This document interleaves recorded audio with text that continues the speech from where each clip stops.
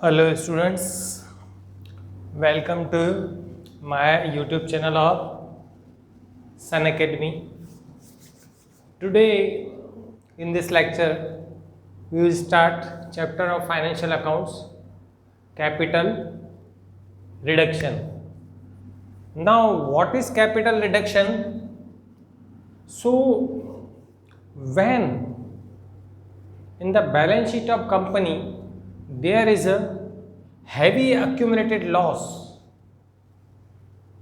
or unforeseen loss can be seen, or company is running in a heavy loss, then company tries to reduce its paid up share capital or maybe preference share capital. Second is paid up share capital is enough when company knows or company feels that what is its paid up share capital is enough to run the business. At that time company reduces its partly paid up share capital by cancelling it or by returning it. Third is paid up share capital excess. If company feels that its paid up share capital is excess than its needs, at that time company returns some part of its share capital. So these are 3 points what define that what is the capital reduction. Then after comes it reasons for reducing share capital. What are the reasons because of that share capital is being reduced by the company? So first reason is the same of this first point.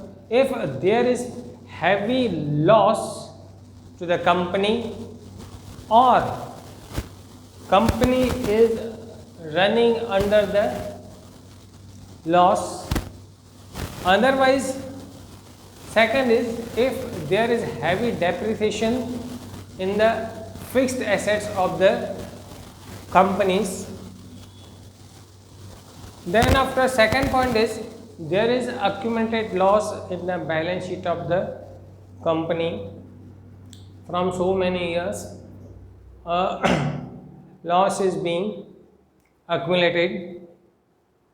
Third is if the value of the goodwill of the company is higher in the balance sheet, while in the market there is no such value of goodwill of the company.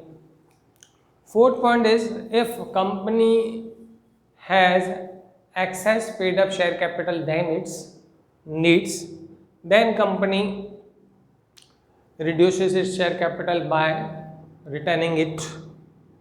Fifth is paid up share capital is excess, then company cancels the partly paid up share capital and reduces its liabilities.